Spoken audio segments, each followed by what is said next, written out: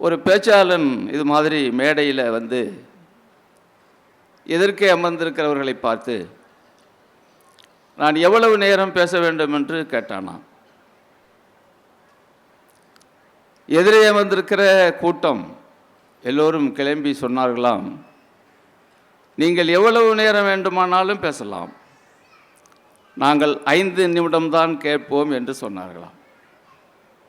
ஆகவே இது ஒரு சிரமமான காரியம். நான் மட்டும் பேசவில்லை, ஆதவன் தீட்சி அண்ணாவும் பேசணும்.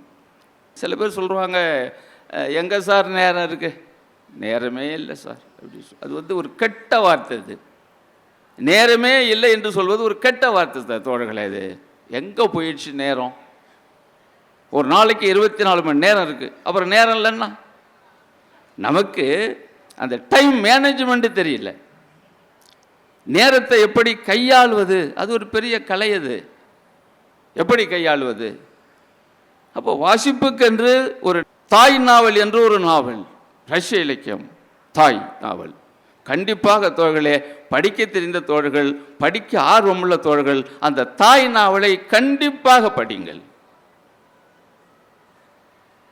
சொல்கிறாங்க, பைபிளுக்கு பிறகு பைபிள் தான் உலகத்திலேயே அதிகமான பதிப்பை கண்டது பைபிள் என்று சொல்கிறார்கள். பைபிள் தான் அதிகமான நூல்கள் உலகத்தில் விற்பனைக்கு போயிருக்கு.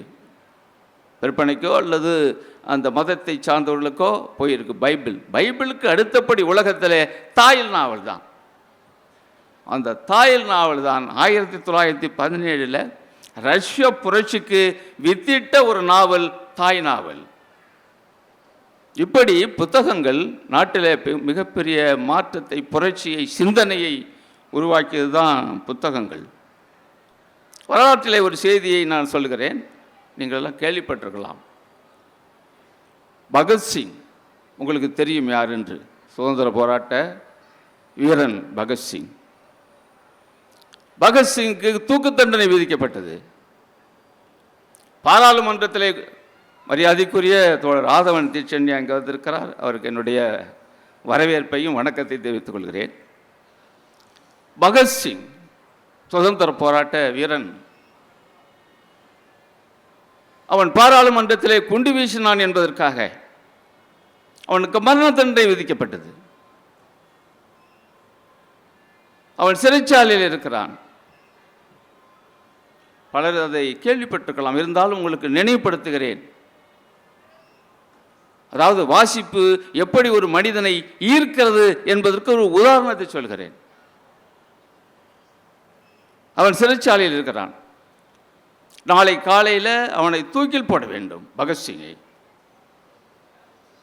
காலையில் தூக்கில் போடக்கூடிய கைதிகளை இரவில் போய் காவலர்கள் பார்ப்பாங்க, இருக்கிறாரான்னு பார்ப்பாங்க, உயிரோடு இருக்கிறாருன்னு பார்ப்பாங்க, அவரை உஷார்படுத்துவாங்க, அவருக்கு ஒரு மன தைரியத்தை ஊட்டுவாங்க. ஏன்னா காலையில் சாப்பிட்றாரு இல்லையா, அந்த முறையில் இரவில் போய் அந்த காவலாளி பகத்சிங் சிறை அறையில் இருக்கிறார். அந்த காவலாளி போய் கதவை தட்டுகிறார். உள்ளே இருந்து இருக்கிற பகத்சிங் கதவை திறக்கவில்லை. அந்த காவலாளிக்கு ஒரு சந்தேகம் வந்து விடுகிறது, ஒருவேளை பகத்சிங் இறந்து விட்டானோ, தற்கொலை செய்து கொண்டு இறந்து விட்டானோ என்று அந்த காவலாளி துடிக்கிறான். பகத்சிங் பகத்சிங் பகத்சிங் என்று கதவை தட்டுகிறான், திறக்கல. பிறகு உள்ளிருந்து ஒரு குரல் வருகிறது, கொஞ்சம் பொறுங்கள், கொஞ்சம் பொறு, நான் ஒருவரோடு பேசிக் கொண்டிருக்கிறேன் என்று சொல்கிறான். அது இவனுக்கு ரொம்ப பயமா போச்சு. அது ரொம்ப ஆபத்தாக இருக்கு, யாரோட பேசிக்கிட்டு இருக்கான், மீண்டும் ஏதாவது குண்டு போட போறானா அப்படின்னு சொல்லி காவலாளி பயந்துட்டான். அப்புறம் பிறகு கொஞ்சம் நேரம் சென்று பகத்சிங் கதவை திறந்து விடுகிறான். அந்த காவலாளி ஆவலாக உள்ளே ஓடுகிறான், யார் இருக்கிறான்னு பார்க்கறதுக்காக. பேசிக்கிட்டு இருக்கிறேன்னு சொல்கிறான், யார் இருக்கிறான்னு பார்க்கறதுக்காக அங்கும் இங்கும் ஓடி போய் சுற்றி சுற்றி பார்க்குறான், ஒருத்தர் இல்லை. ஒரு புத்தகத்தோடு பகத்சிங் நிற்கிறான். சொல்லுகிறான் பகத்சிங் அந்த காவலாளியை பார்த்து, நான் இவனோடு பேசி கொண்டிருக்கிறேன் என்று சொன்னான்.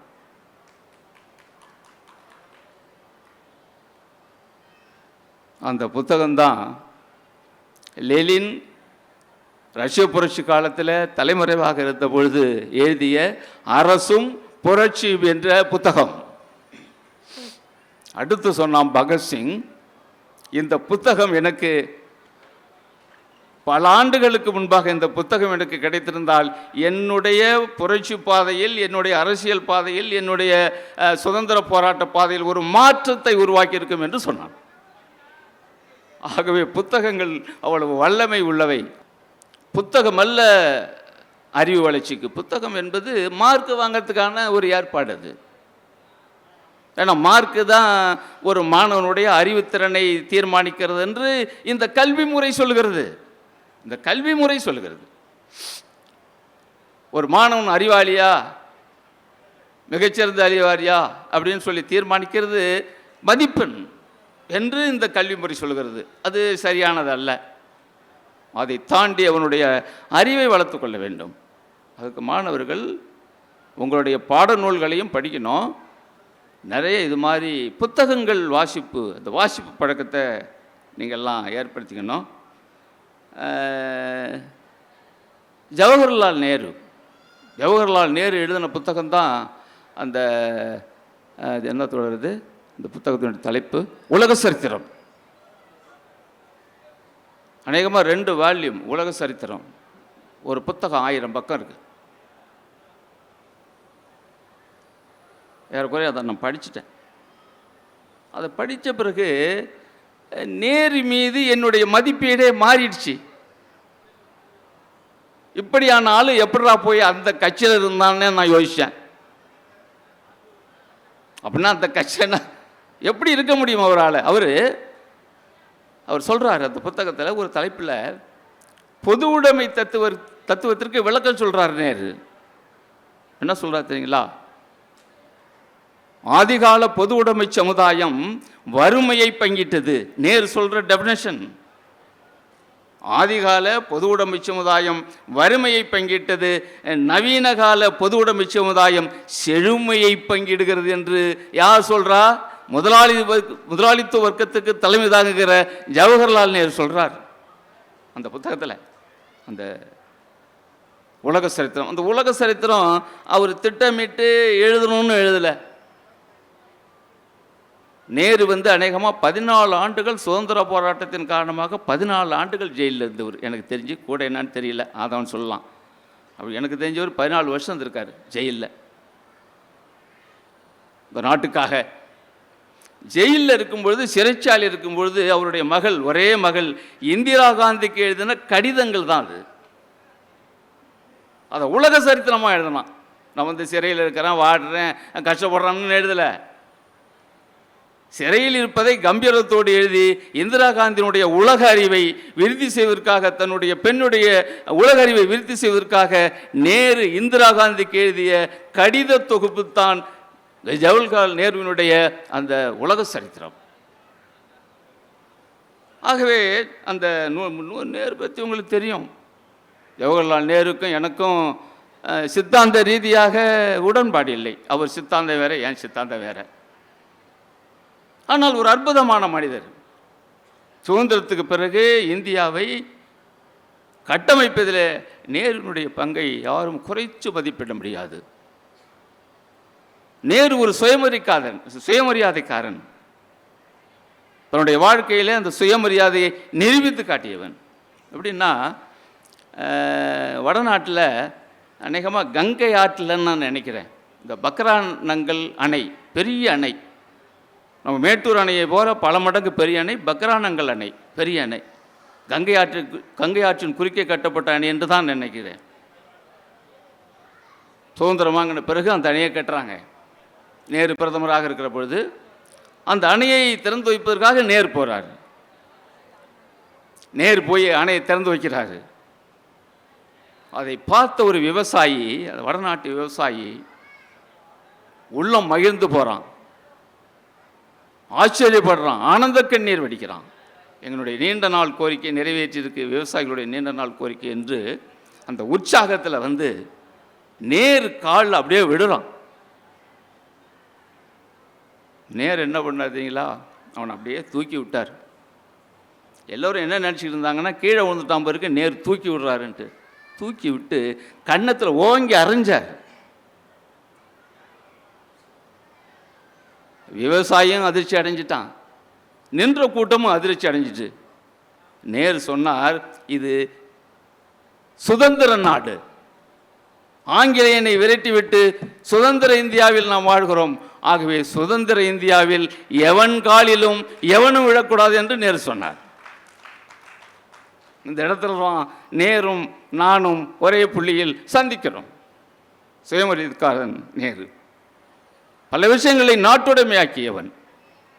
குறிப்பாக வங்கி, அந்த காலத்தில் வங்கி எல்லாம் வட்டி கடை மாதிரி தான் இருந்துச்சு இல்லையா சார்?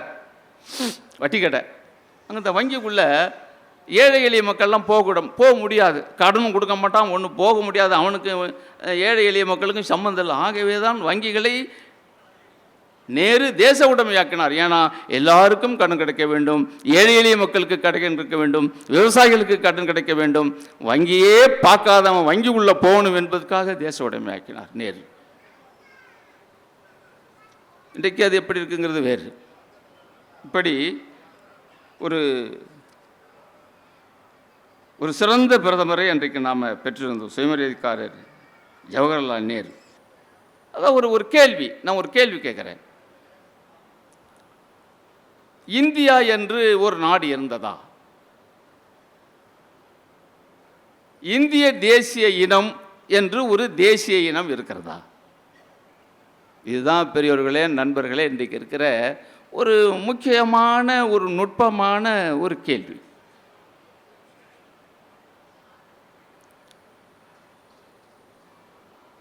வரலாற்றில் நீங்கள் வரலாற்றை படிச்சிங்கன்னா,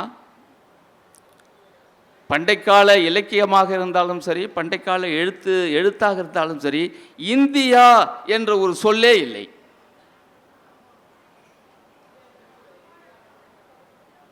இல்லை. அப்படி எப்படி நான் இந்தியான்னு சொல்கிறோம் அப்படின்னா, வெள்ளைக்காரன் வருகைக்கு பிறகு வெள்ளைக்காரன் வச்சது தான் இந்தியா என்ற பெயரை வெள்ளைக்காரன் வச்சான். வெள்ளைக்காரன் இல்லைன்னு சொன்னால், சுதந்திரம் இல்லைன்னு சொன்னால், இந்தியா என்ற பெயர் இருக்காது. ஏன்னா இந்தியா எப்படி இருந்ததுன்னா, அது பல நாடுகளாக, பல அரசாட்சிகளாக பிரிந்து கிடந்தது இந்தியா. உங்களோட சாதாரணமாக பாட்டி கதையில் பாட்டி ஒரு கதை ஆரம்பித்தாங்கன்னா சொல்லுவான், 56 தேசம் அப்படின்னு பாட்டியே சொல்லிடுவாங்க. வரலாம், அதுதான் உண்மை.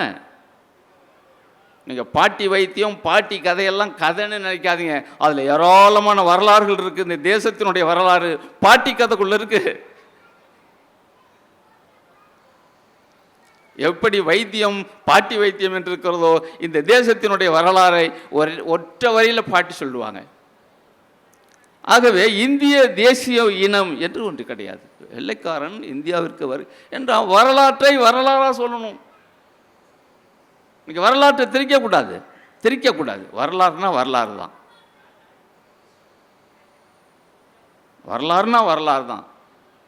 வரலாறு என்ன சொல்லுது? இந்திய தேசியம் என்று ஒன்று இல்லை, இந்திய தேசிய இனம் என்று ஒன்று இல்லை. அப்ப என்னதான் இந்தியா அப்படின்னா, இது ஒரு கலவை. ஆகவே இந்தியா என்னன்னா, இந்தியா என்பது பல மதம், பல மொழி, பல இனம், பல கலாச்சாரம் கொண்ட மக்கள் வாழ்கிற ஒரு கலவை தான் இந்தியா.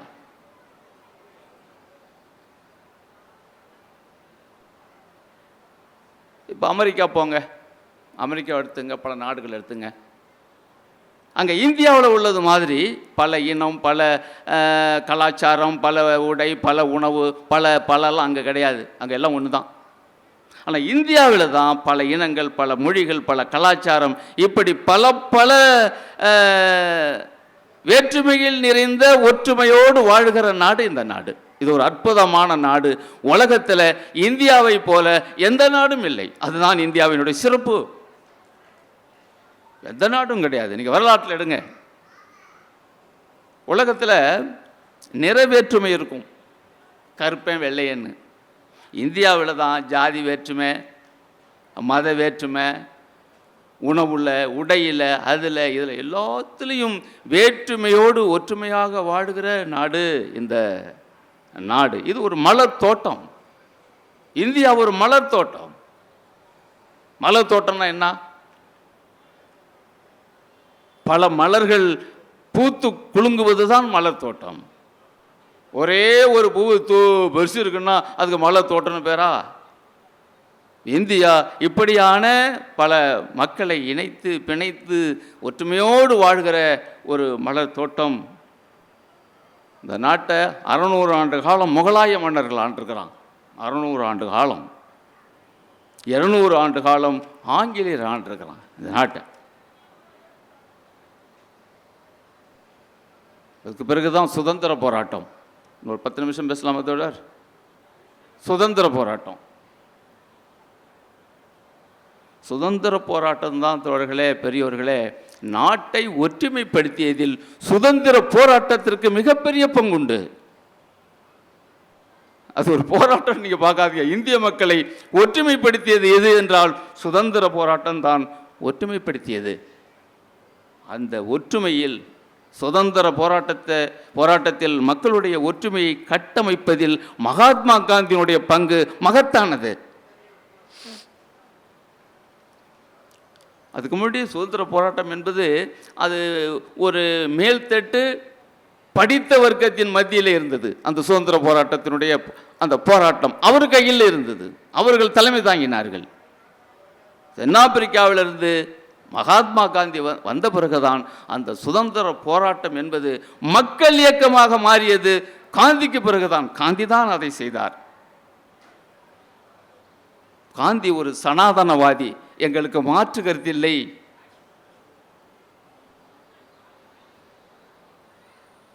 ஆதவனை விட்டா ஒரு 2 மணி நேரம் பேசுவார் இந்த சப்ஜெக்டை மட்டும்.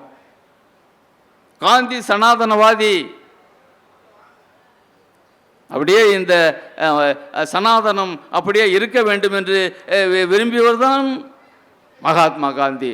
ஆனால் மகாத்மா காந்தி சொன்னார், சனாதன அமைப்பை பாதுகாப்பதற்கு என்னுடைய உயிரையும் விடுவேன், ஆனால் இந்த சனாதன அமைப்பை மற்றவர்கள் மீது நான் திணிக்க மாட்டேன் என்று சொன்னார். மட்டும் திணிக்க மாட்டேன். மக்கள் ஒற்றுமை, மத ஒற்றுமை என்பதற்காக பாடுபட்டார். அதற்காகவே காந்தியை சுட்டு கொண்டார்கள். நான் அதுக்குள்ளே போனால் வேற ட்ராக்கில் போயிடும், அதனால் நிறுத்திக்கிறேன். ஏன் மகாத்மாவை சுட்டு கொண்டார்கள்? அவர் என்ன செஞ்சார்? அவர் என்ன பெரிய துப்பாக்கி எடுத்துக்கிட்டால் சுதந்திர போராளினாரு? மகாத்மா காந்தி எப்படி இருப்பார்னே உங்களுக்கு தெரியும். பார்த்தா பாவமாக இருப்பார். பெரிய பாரிஸ்டர், பெரிய படிப்பாளி. அவர் சுதந்திர போராட்டத்திற்கு இந்தியாவுக்கு வந்த பிறகு தமிழ்நாட்டிற்கு வர்றார். குறிப்பாக மதுரைக்கு போகிறார். மதுரைக்கு போகிற வழியில் விவசாயிகள்லாம் எல்லாம் கோமணம் கட்டிக்கிட்டு துண்டை கட்டிக்கிட்டு நிற்கிறாங்க. இவங்கெல்லாம் யாருன்னு கேட்குறாரு. இவங்க தான் நம்ம நாட்டு விவசாயிகள்னு சொல்கிறாங்க. அன்னைக்கு அவருடைய உடையெல்லாம் தூக்கி போட்டவர் தான். கோட்டு சூட்டோடு தான் காந்திருப்பார். என்றைக்கு இந்திய நாட்டினுடைய விவசாயிகளுக்கு முழுவதுமாக ஆடை அணிகிற அந்த ஒரு நிலை ஏற்படுகிறதோ அன்றைக்கு தான் இவனும் அது மாதிரியான ஆடை அணிவான். அது வரை அந்த விவசாயி போலவே நான் இருப்பேன் என்று இருந்தவர் மகாத்மா காந்தி. மகாத்மா காந்தியினுடைய கொலையில் 2 தத்துவம் இருக்கிறது. 2 தத்துவம் இருக்கிறது. ஒரு தத்துவம், ஒரு சித்தாந்தம் தான் அவரை கொலை செய்தது. மகாத்மா காந்தி கொலை செய்யப்பட்ட பிறகு மவுண்ட் பேட்டன் பிரபு சொன்னான், மகாத்மா காந்தி கொலை செய்யப்படுகிற நேரத்தில் வயது 78. மவுண்ட் பேட்டன் பிரபு சொன்னான், அழுது கொண்டே கண்ணீர் வடித்துக் கொண்டே மவுண்ட் பேட்டன் பிரபு சொன்னான், 78 ஆண்டுகள் மகாத்மா காந்தியை பிரிட்டிஷ்காரன் நாங்கள் உயிரோடு வச்சிருந்தோம். 78 ஆண்டுகள் சுதந்திரம் பெற்று 1 வருஷத்திலேயே கொண்டுட்டீங்களான்னு கேட்டான். 47 சுதந்திரம் வாங்கணும், 48 ஜனவரி 30 அவர் சுட்டுட்டாங்க என்று சொன்னான்.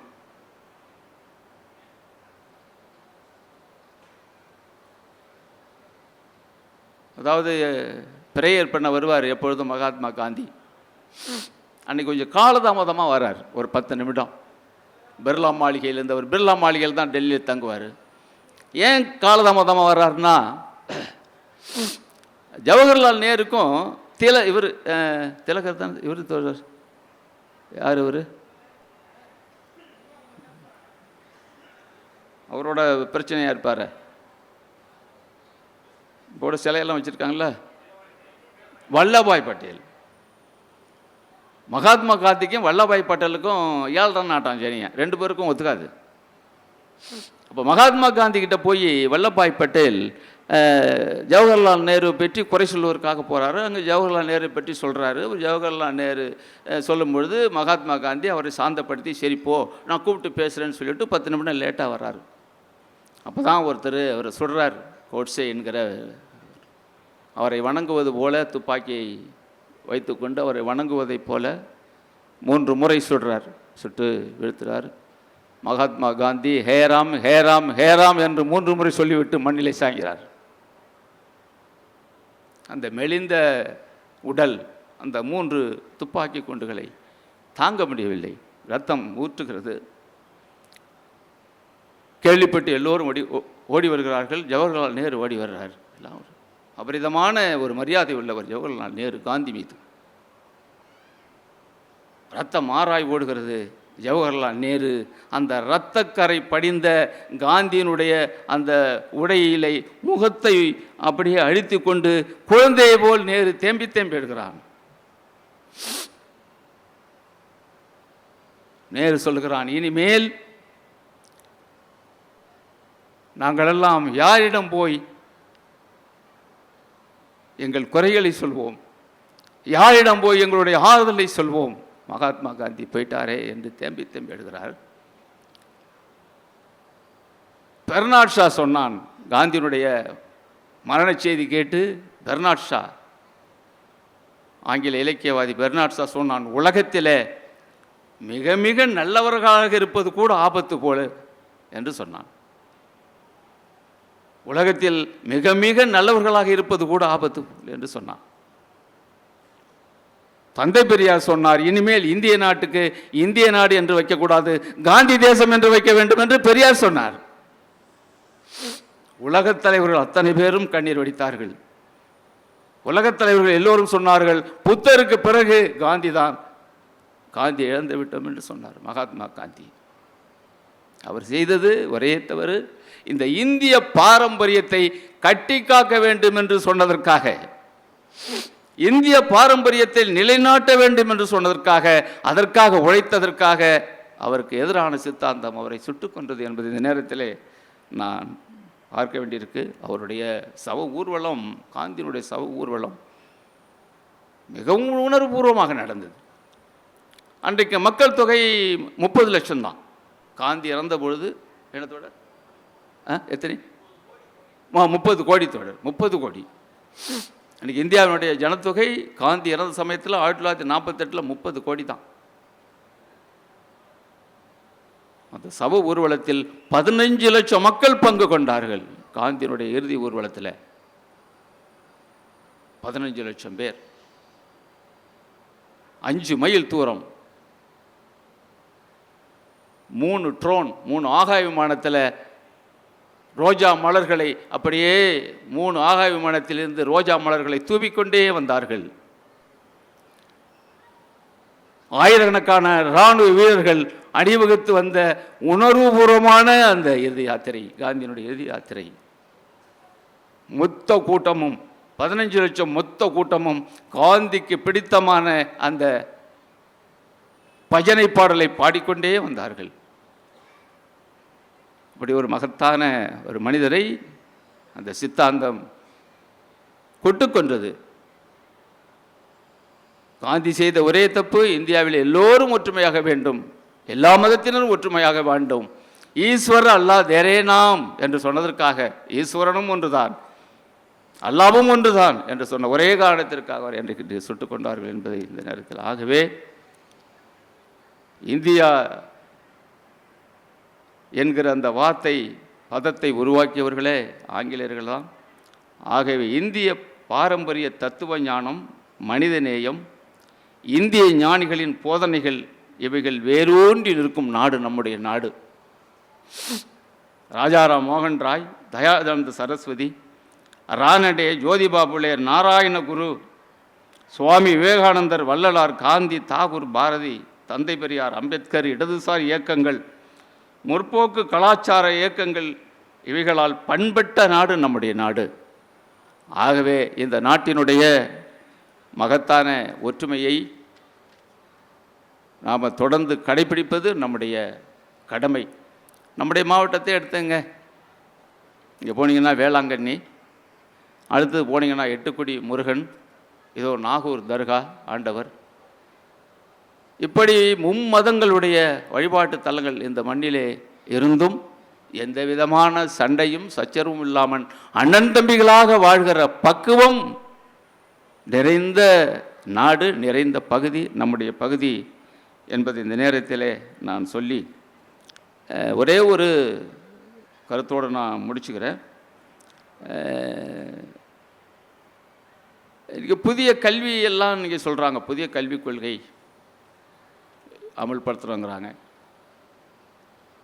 அந்த புதிய கல்விக் கொள்கை என்பது ஒரு மாநிலத்தினுடைய பண்பாட்டை சீர்குலைக்கிற ஒரு வேலை தான் அந்த புதிய கல்விக் கொள்கை என்பது. நீங்கள் உலகத்தை எடுத்துக்கொண்டீங்கன்னா, உலக வரலாறை எடுத்துக்கொண்டீங்கன்னா, உலகத்தை நீங்கள் பார்த்தீங்கன்னா கல்விக் கொள்கை என்பது ஒரே கல்விக் கொள்கை எந்த நாட்டிலும் கிடையாது. எந்த நாட்டிலையும் வளர்ந்த நாடு நம்ம எதுக்கெடுத்தாலும் அமெரிக்காம்போம், அமெரிக்க நாட்டில் கூட ஒரே கல்விக் கொள்கை கிடையாது. கல்வி என்பது அந்த பிராந்தியம் சார்ந்தது, அந்த மக்கள் பண்பாட்டோடு இணைந்தது தான் கல்வி. ஆகவே இந்த புதிய கல்விக் கொள்கை மூலமாக எல்லோருக்குமான கல்வியை ஒரே இடத்திலிருந்து வகுப்பது, ஒரே கேள்வி ஒரே என்கிற சித்தாந்தத்தை நுழைக்கக்கூடிய அதற்கு தாய்மொழியில் தான் கல்வி இருக்க வேண்டும். சிலர் சொல்கிறாங்க இந்த மொழி படித்தாதான் வேலை கிடைக்குங்கிறாங்க. இதோட நான் முடிச்சுக்கிறேன். இந்த மொழி படித்தா வேலை கிடைக்கும். வேலைக்கும் மொழியை படிக்கிறதுக்கும் சம்மந்தம் இல்லை தோழர். கல்வி தாய்மொழியில் இருக்கணும். மற்றபடி மொழியை கற்றுக்கொள்வது அவரவர் விருப்பம். அது என்னுடைய விருப்பம் சார்ந்தது, என்னுடைய தேவை சார்ந்தது மொழியை கற்றுக்கொள்வது. நான் இப்போ ஜப்பானுக்கு போகிறேன், ஜப்பானுக்கு எனக்கு வேலை கிடைச்சி போகிறேன் அப்படின்னா, ஜப்பான் மொழியை கற்றுக்கொண்டால் தான் எனக்கு வேலைன்னா நான் ஜப்பான் மொழியை கற்றுக்கொள்வேன். அது என்னால் முடியும், யாரும் நிர்பந்திக்க வேண்டாம். சிலர் சொல்கிறாங்க ஹிந்தி படித்தா இந்தியா முழுவதும் போகலாம். போக முடியாது. ஹிந்தி படித்த தொழிலாளர்கள் தான் தமிழ்நாட்டுக்கு வந்துக்கிட்டு இருக்கிறாங்க. நீங்கள் சென்னை ஹோட்டலுக்கு போங்க, ஹோட்டலில் 100க்கு 99 பேர் வடநாட்டுக்காரர்கள் தான். ஹிந்தி படித்தவர் தானே, அங்கே வேலை பார்க்குவாங்க, வேலை கிடைக்கும். ஐயா, வேலைக்கும் மொழிக்கும் சம்பந்தம் இல்லை. வேலை என்பது அரசினுடைய கொள்கை சார்ந்தது, அது மொழி அல்ல. நான் ஒரு ஹோட்டல் சென்னைக்கு போனால் ரெகுலராக ஒரு ஹோட்டலில் தான் சாப்பிடுவேன், இந்த சங்கீதா ஹோட்டல்னு. அங்கே தோசைன்னு சொல்ல மாட்டான் அந்த சர்வர். ஆனால் பீகாரி, நான் விசாரிக்கிறேன் ஊர் என்னன்னா பீகாரி. தோசாம்பா, வடாம்பா, கோப்பிம்பா.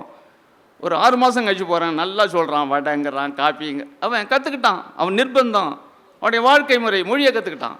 அதே மொழியை கற்றுக்கொள்வது நீ திணிக்காத, அவன் கற்றுக்குவான். இந்த பானிபூரி விற்கிறான் தம்பியை பூரா, அவன் ஹிந்தி படித்தவன் தான். அவனுக்கு நல்ல வேலை கிடைச்சா அவன் அங்கேயே இருக்க மாட்டானா? ஆகவே மொழி என்பது தாய்மொழி, அதில் கல்வி இருக்க வேண்டும். மொழியை திணிக்காதே, மொழியை கற்றுக்கொள்வான் தேவைப்பட்டான். இந்த ஓஎன்ஜிசியில் வேலை பார்க்குற அன்றாட அத்தைக்கூலி, அவன் ஹிந்தி பேசுகிறான். எப்படா கற்றுக்கிட்டேன்னா, எங்கள் ஆஃபீஸர் வர்றான்ல வடநாட்டிலேருந்து, அவன் பேசுகிறான், 4 நாள் தங்கியிருக்கிறான், அது வர்றப்போயெல்லாம் நான் கற்றுக்கிறேன் அப்படின்னு சடன்னு பேசுகிறான். ஆகவே திணிக்கக்கூடாது. இந்த மொழி படித்தால் தான். இது 22 மொழிகள் இந்திய நாட்டில் இருக்குது. நம்முடைய அரசியல் சட்டத்தில் 8வது அட்டவணையில் இருக்கிற மொழிகள் 22. இந்த 22 மொழிகளும் சமமாக பாவிக்கப்பட வேண்டும். எந்த மொழியில் நான் கடிதம் எழுதினாலும் 22 மொழிகளையும் பேசக்கூடிய மக்கள் எந்த மொழியில் கடிதம் எழுதினாலும் அவனுடைய தாய்மொழியில் டெல்லியிலேருந்து பதில் வரணும். இதுதான் மொழி, இதுதான் உலக நாடுகள் இருக்குது. ஆகவே இந்த இந்தியா என்பது ஏதோ ஒற்றை அல்ல, இது பல மதம், பல மொழி, பல இனம், பல கலாச்சாரம், பல உடை,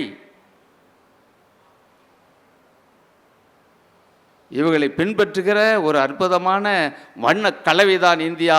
ஆகவே அந்த